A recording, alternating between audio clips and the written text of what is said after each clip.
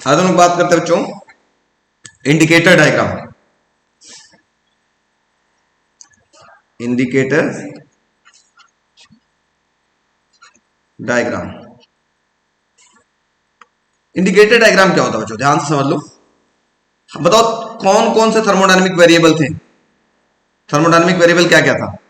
Pressure, volume and temperature. इनके बीच में अगर हम ग्राफ प्लॉट करते हैं, उसी ग्राफ को हम क्या बोलते हैं? Indicator diagram. The graphical representation between the thermodynamical variables is known as indicator diagram. अब जैसे अगर हम बात करें, कुछ ग्राफ को आपको याद रखना पड़ेगा कैसे काम होता है। उसमें सबसे पहले हम बात करते हैं, अगर हम प्रेशर और टेम्परेचर के बीच में ग्राफ प्लॉट या प्रेशर एंड वॉल्यूम के बीच में ग्राफ प्लॉट करते हैं, तो ये अगर ग्राफ ऐसे लेकर के चल रहे, मान लो ऐसे, यहां है P1, V1 और इधर है प्रेशर P2, V2। अगर ये इस तरीके से चल रहा है तो ये ग्राफ कहलाएगा आपके पास एक्सपेंशन का। इसका कहलाएगा एक्सपेंशन। देखिए एरो, ध्यान दीजिए, एक्सपेंशन में एरो किधर की ओर जा रहा है? ठीक है, नीचे की ओर जा रहा है। अगर हम एक्सपेंशन होता क्या है, सपोज करो मैं एक ये कंटेनर है, कंटेनर में यहां पिस्टन लगा देता हूं, ठीक है, ऐसे ऐसे मैं पिस्टन लगा देता हूं, इसके अंदर कुछ गैस मॉलिक्यूल्स भर देते हैं ऐसे, ठीक, गैस मॉलिक्यूल भर दिया। अब नीचे से मैंने क्या किया, इस गैस मॉलिक्यूल को मैं बर्नर से हीट देता हूं ऐसे, तो ये क्या करेगा बताओ? ये करेगा एक्सपेंड। क्या करेगा? ये एक्सपेंड करेगा। ये ऐसे बढ़ करके यहां पे आ जाएगा कुछ देर बाद, मतलब ये ऐसे हो गया, एक्सपेंड हो गया ना, इसको एक्सपेंशन बोलते हैं। एक्सपेंशन का ग्राफ हमेशा ऐसा बनेगा। दूसरा होता है कंप्रेशन, जिसको हम बोलते हैं। कंप्रेशन का ग्राफ कैसा बनेगा? अगर प्रेशर वॉल्यूम की बात करते हैं तो एकदम वैसे ही आप बनाइएगा, बस एरो घुमा दीजिएगा, इधर हो गया प्रेशर, इधर हो गया वॉल्यूम, ग्राफ सेम होगा और ये एरो इधर चला जाएगा। अब ये हो जाएगा P1 V1 और इधर हो जाएगा आपके पास P2 V2। ठीक है, कंप्रेशन का मतलब हुआ जैसे ही इसको हमने अब कूल करना स्टार्ट किया, जैसे इसको मैंने कूल करना स्टार्ट किया, तो यहां के जो मॉलिक्यूल्स है वो एक दूसरे के क्या होंगे? बहुत क्लोज आने लगेंगे और ये पिस्टन क्या होगा? कंप्रेस हो जाएगा, लाइक दिस, ऐसे कंप्रेस हो जाएगा वापस। ठीक है, तो एक्सपेंशन और कंप्रेशन, ये किसका ग्राफ हो गया? कंप्रेशन। ठीक, एक्सपेंशन होगा जब हीट देंगे और कंप्रेशन होगा जब हीट हटा देंगे, है ना, तो कंप्रेशन होगा। तो दोनों का ये डायग्राम आप लोग याद रखिएगा। इसी को हम बोलते हैं इंडिकेटर डायग्राम। P, V और T, प्रेशर, वॉल्यूम और टेम्परेचर के बीच में जब भी हम ग्राफ प्लॉट करेंगे, इस ग्राफ को हम क्या बोलते हैं? Indicator diagram. अभी टेम्परेचर का आएगा आगे, जब टेम्परेचर की बात करेंगे तो टेम्परेचर का आएगा। ठीक है, ये ग्राफ कैसे बना? आप कहोगे सर ये कर्व कैसे आप कर्व बना दिए? सीधा भी तो बन सकता था, कुछ बच्चों के दिमाग में आता होगा। तो देखो अभी थोड़ी देर बाद हम लोग पढ़ेंगे, सब चीज को पढ़ना है, वैसे बता देते हैं। पीवी इज इक्वल टू होता है एनआरटी। हमने क्या माना? एन तो कांस्टेंट है, आर कांस्टेंट है। अगर यहाँ टेम्परेचर को कांस्टेंट मान लिया गया तो पीवी बराबर क्या होगा? कांस्टेंट। तो पी इज इक्वल टू हो गया कांस्टेंट अपॉन में V. P is inversely proportional to क्या हो गया? वी। और मैंने बताया था इनवर्सली का ग्राफ कैसा होता है? हमेशा कर्व होता है, इसी वजह से कर्व होता है। अगर प्रेशर एंड टेम्परेचर के बीच में ग्राफ प्लॉट करते हैं तो डायरेक्टली होता, यहाँ पे वॉल्यूम रिमेन्स कांस्टेंट होता। वॉल्यूम क्या होता? कांस्टेंट होता। और इसका ग्राफ आप प्लॉट करते तो ये सीधा जाता। आएगा भी आगे, बहुत कुछ हम लोग को पढ़ना है, सारा ग्राफ पढ़ना है, प्रेशर, वॉल्यूम, प्रेशर, टेम्परेचर, सारा ग्राफ पढ़ना है, घबराइएगा नहीं, है ना। चलिए हेडिंग लिख लीजिएगा सबसे पहले, indicator diagram. Indicator diagram, the graphical representation, heading है बच्चों इंडिकेटर डायग्राम। इसके अंदर लिखिएगा the graphical representation between the thermodynamical variables, between the thermodynamical variables called indicator diagram, called indicator diagram. ठीक है, आगे जो भी टॉपिक आप पढ़ेंगे आगे सब में ये बार बार आएगा, बार बार मैं नहीं बताऊंगा, डायरेक्ट मैं फॉर्मूला लिखूंगा। ठीक है, थोड़ा ध्यान समझिएगा। हेडिंग है वर्क डन ड्यूरिंग एक्सपेंशन।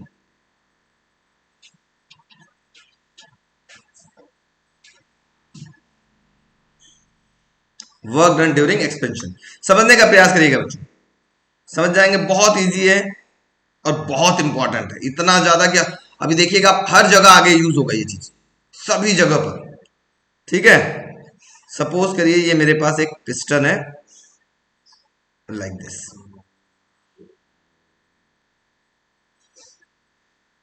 इसके अंदर भरा हुआ है working substance. Working substance means कुछ गैस भरा हुआ है जिसके अंदर एक्सपेंशन या कंप्रेशन होता है। ठीक है, अब इसको नीचे से क्या किया गया बच्चों, हीट दिया गया। क्या दिया गया, से हीट दिया गया। तो किस स्टेट का सब्सटेंस है, गैस है। ठीक है, इसको जब हीट दिया गया तो ये क्या करेगा बच्चों, ये पिस्टन एक्सपेंड होगा, बढ़ेगा क्या, बढ़ करके ये यहां पहुंच चुका होगा, बढ़ करके ये पिस्टन लगभग यहां पहुंच चुका, यहां पर। इसको हम डॉटेड लाइन से कर लेते हैं कि आपको समझ में आ जाए। मतलब ये पिस्टन यहां से, कौन आ गया भाई, बहुत जल्दी आया बेटा जी, बहुत जल्दी आया। ठीक है, अब ये पिस्टन यहां से एक्सपेंड होकर के यहां पहुंच गया। ठीक, मतलब यहां पर ये वाला ऐसे कर लेते हैं हम लोग, इसको हम लोग यहां भेज देते हैं, इसको हम लोग यहां भेज देते हैं, और ये डॉटेड वाले ये वाले को यहां लगा दिया।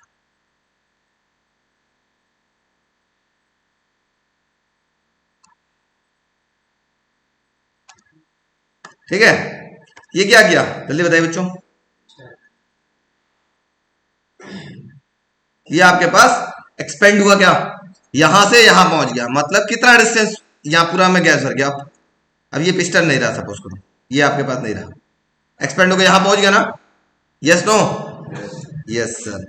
तो इस केस में कितना वर्क डन किया गया हो, किया होगा, तो ये होगा डिस्टेंस, मान लो एक्स dx डिस्टेंस ऊपर बढ़ा होगा, तो वर्क डन इक्वल टू क्या होता है बच्चों, dw। Work done equal to होगा, छोटा सा अगर डिस्प्लेसमेंट हो रहा है, छोटा सा पिस्टन ऊपर उठ रहा है, तो वर्क डन भी कैसा करेगा, छोटा करेगा।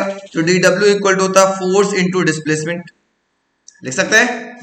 अब हम लोग पढ़े हैं, क्योंकि जब यहां से हीट दिया गया तो प्रेशर लग रहा होगा, प्रेशर की वजह से ये एक्सपेंड कर रहा होगा पिस्टन, तो प्रेशर का कॉन्सेप्ट यूज कर ले, तो प्रेशर इक्वल टू होता है फोर्स अपॉन एरिया। तो बताओ फोर्स बराबर क्या होगा, pressure into area, dw equal to p into a into dx, लिख सकते हैं। और एरिया इंटू डिस्टेंस क्या कहलाता है, वॉल्यूम। वॉल्यूम इक्वल टू क्या होता है, area into dx, area into length क्या कहलाता है, वॉल्यूम। अरे ये देखो ना, volume equal to length into breadth into height, तो ये हो गया आपके पास एरिया, और इंटू हाइट या इंटू लेंथ क्या कहो, उसको वॉल्यूम कह सकते हो ना। एरिया इंटू डिस्टेंस क्या होता है, वॉल्यूम। तो ये हो गया dw बराबर आपके पास क्या मिला, p dv मिल गया। अब बार बार जहां कहीं भी dw आएगा उसकी जगह हम लोग क्या लिखेंगे, p dv लिखेंगे बार बार। ठीक है, तो घबराएगा मत सर, कहां से लिख दिए कैसे लिख दिए, कोई टेंशन नहीं लेना। जहां जहां वर्क डन आ गया डायरेक्ट p dv लिखेंगे। कैसे लिखें, ये है ऐसे लिखो, क्लियर। चलो नोट कर लो फटाफट, वेरी वेरी इंपॉर्टेंट। ठीक है, हम लोग बात करते हैं first law of thermodynamics. First law of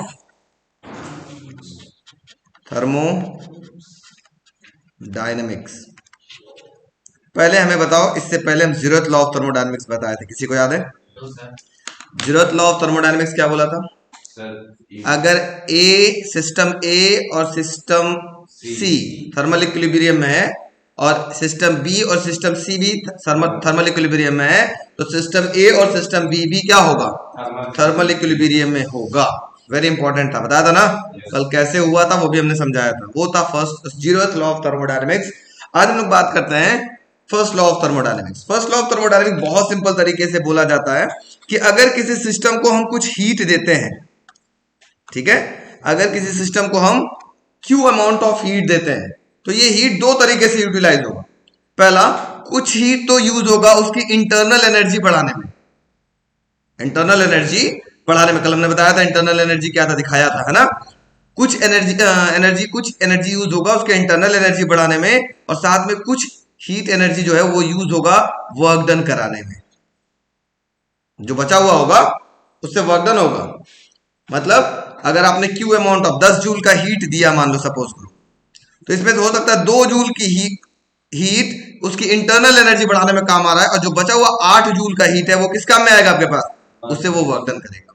यही बोलता है क्या first law of thermodynamics. Chemistry में ये नहीं बोलता था, केमिस्ट्री में कुछ और बोलता था, केमिस्ट्री बहुत कुछ बोलता है अलग, टोटली डिफरेंट, है ना।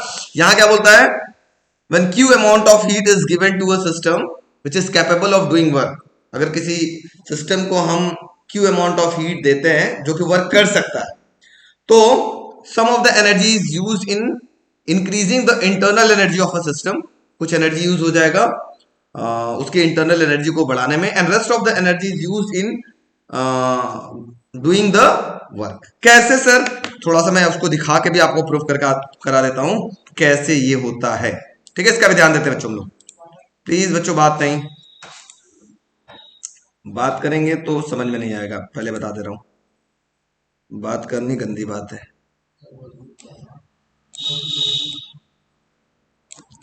बच्चों मैं दिख रहा हूं क्या आप लोग को, दिख रहा हूं कि नहीं?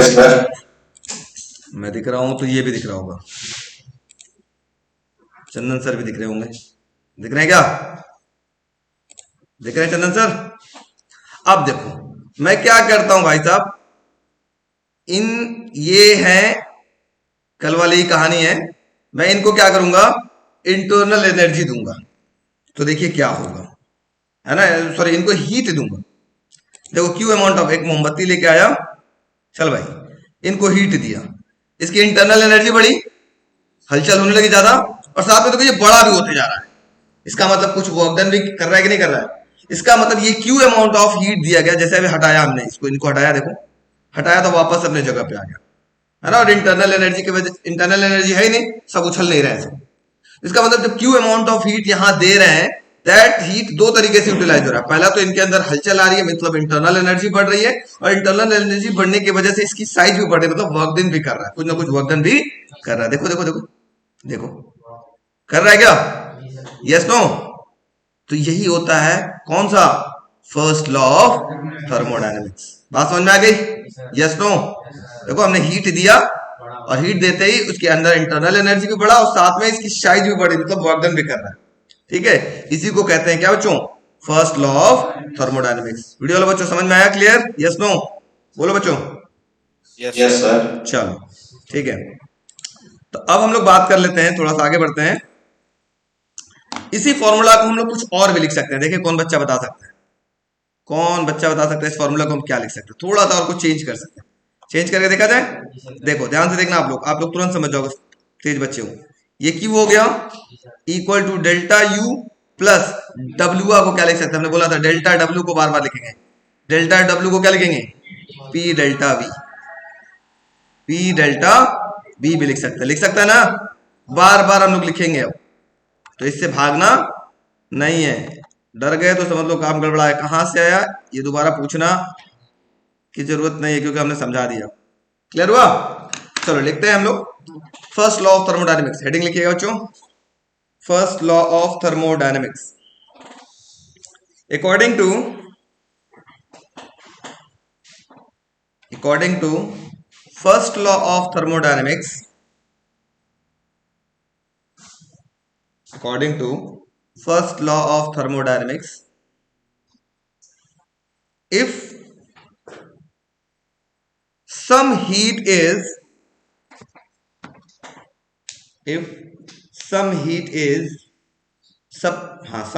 according to first law of thermodynamics, if some heat is supplied to a system, if some heat is supplied to a system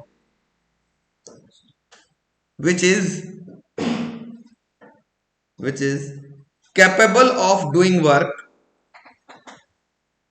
which is capable of doing work, then the quantity of heat absorbed by the system, then the quantity of heat absorbed by the system will be equal to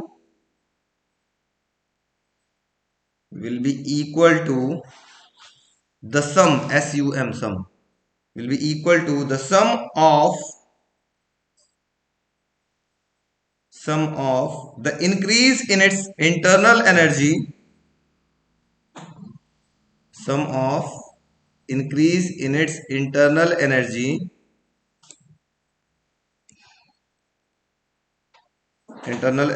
and the external work done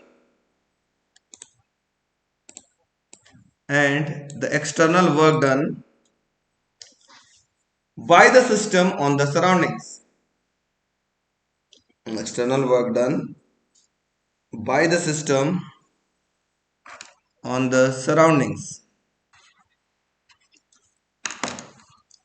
ठीक है, note कर लो फटाफट। इससे पहले वाले chapter में हम लोगों ने एक टॉपिक पढ़ा था, स्पेसिफिक हीट। उम्मीद है कि सबको याद होगा। बताओ क्या था?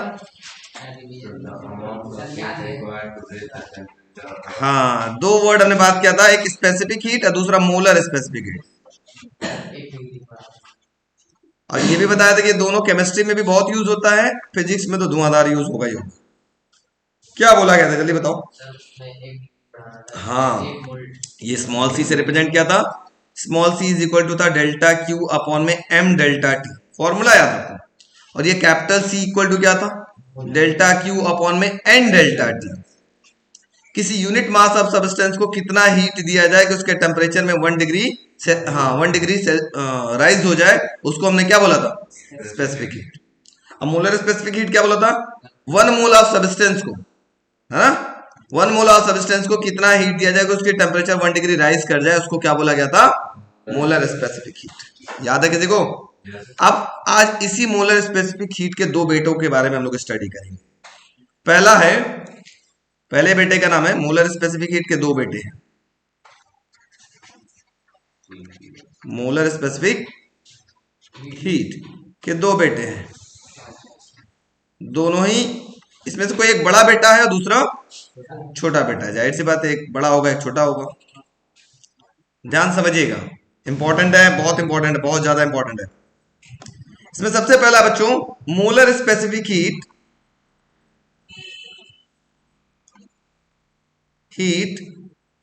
एट कांस्टेंट प्रेशर,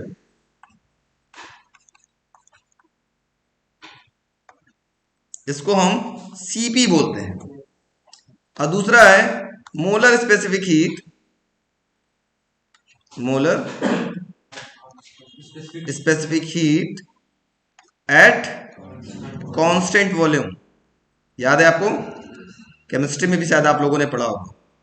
इसको हम क्या बोलते हैं, सीवी बोलते हैं। ठीक है, बहुत ज्यादा यूज होता है बच्चों ये, पूरे फिजिक्स में, पूरी केमिस्ट्री में। डेफिनेशन क्या होगा, एकदम same to same. Molar specific heat का अगर आपको डेफिनेशन आता है तो दोनों का डेफिनेशन आपको आता है। मोलर स्पेसिफिक हीट क्या था, जल्दी से बताओ। किसी 1 मोल ऑफ सब्सटेंस को कितना हीट देके उसके टेम्परेचर 1 डिग्री सेल्सियस राइज हो जाए, और आगे बोल दोगे एट कांस्टेंट प्रेशर, तो वो कहलाएगा सीपी। और उसी डेफिनेशन के आगे अगर जोड़ देते हो एट कांस्टेंट वॉल्यूम, तो वो क्या कहलाएगा, सीवी। तो molar specific heat at constant pressure क्या होगा, the amount of heat given to a system, sorry, the amount of heat given to 1 mole of substance so that बोलो बोलो बोलो बोलो, its temperature rises by 1 degree at constant pressure is known as CP। और अगर हम बोलते हैं the amount of heat given to a 1 mole of substance at constant volume to increase 1 degree Celsius is known as CV। Molar specific heat at constant volume. बात समझ आ गई। अब इन दोनों के बीच में एक रिलेशन डिराइव करना होता है जिसको हम बोलते हैं Mayer's formula. Very very important है, कैसे करना है वो भी हमें समझाता हूं। तो पहले डेफिनेशन लिख लो इनका फटाफट। हेडिंग लिख लो molar specific heat at constant pressure, molar specific heat at constant pressure, और दूसरा लिख लीजिएगा molar specific heat at constant volume.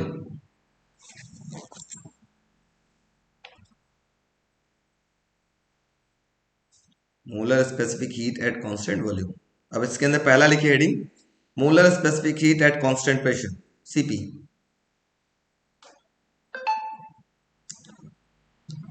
Molar specific heat at constant pressure.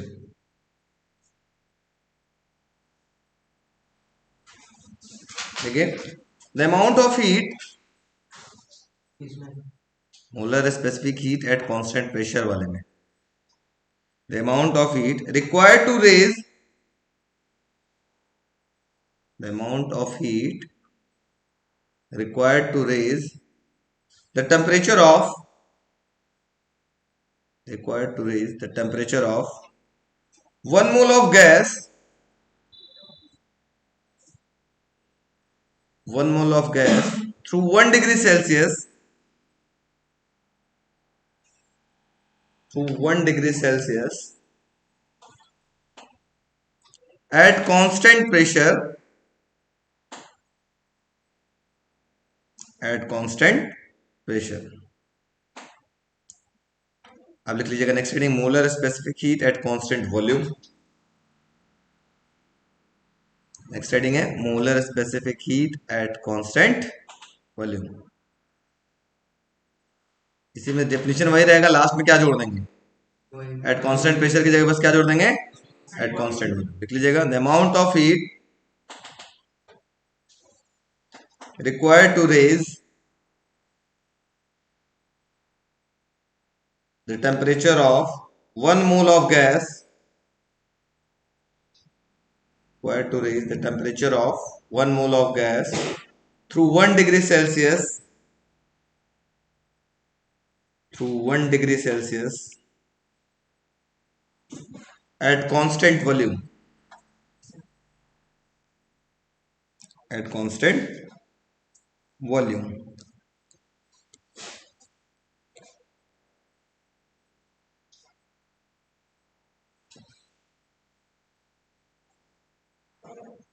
चला जाए।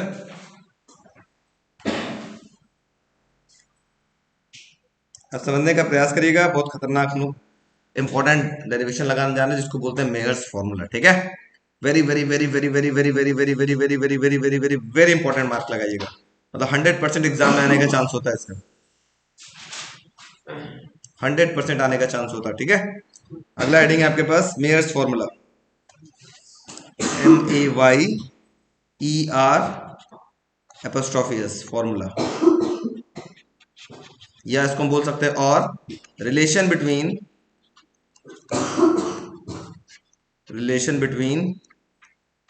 CP and CV, relation between CP and CV, CP और CV में relation. According to first law of thermodynamics, हम लोग जानते हैं according to first law of thermodynamics,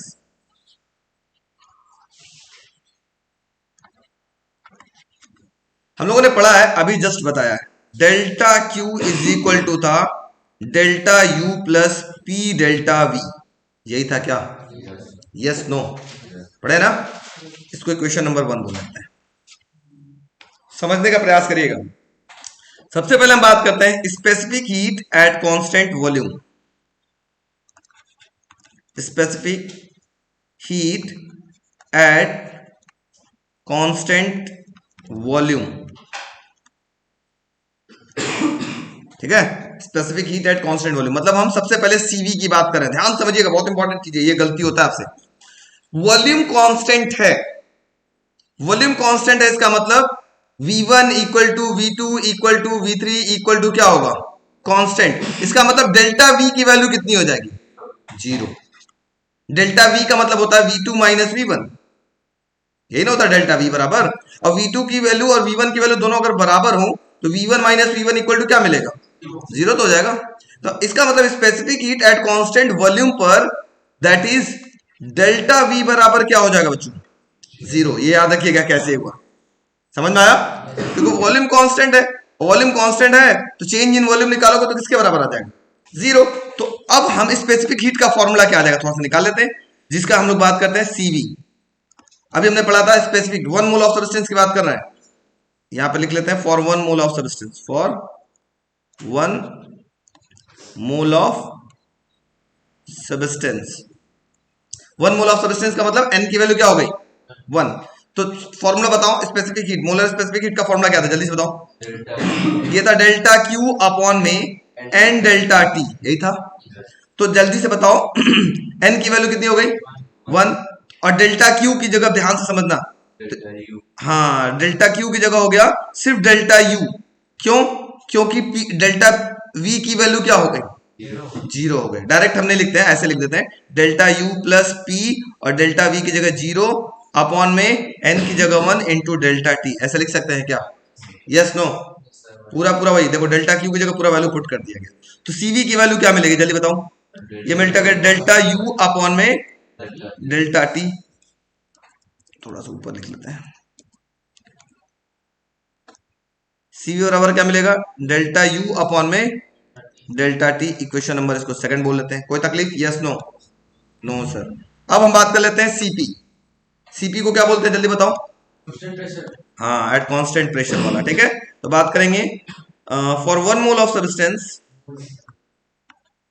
for 1 mole of substance molar specific heat ने molar specific लिया होगा, molar MOLAR, ठीक है। For 1 mole of substance molar specific heat, molar specific heat at constant pressure. अब प्रेशर कांस्टेंट है मतलब, फिर से निकालते हैं, देखो ध्यान से सुनना, मतलब CP की वैल्यू निकालना है। प्रेशर कांस्टेंट है, क्या प्रेशर के आगे डेल्टा यहां दिख रहा था क्या, नहीं दिख रहा था ना।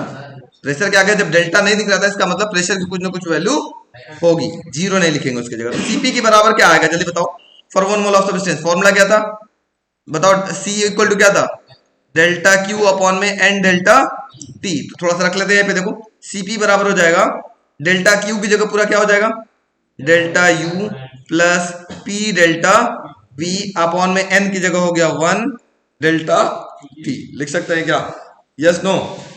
तो क्या मिलेगा जल्दी से बताओ, ये मिलेगा CP बराबर मिलेगा डेल्टा U अपॉन में delta T plus P delta V upon में delta T। Equation number third लिख सकते हैं। अब दोनों इक्वेशन को माइनस करते हैं, इक्वेशन सेकंड और इक्वेशन थर्ड को सब्ट्रैक्ट करते हैं। तो लिखेंगे सब्ट्रैक्टिंग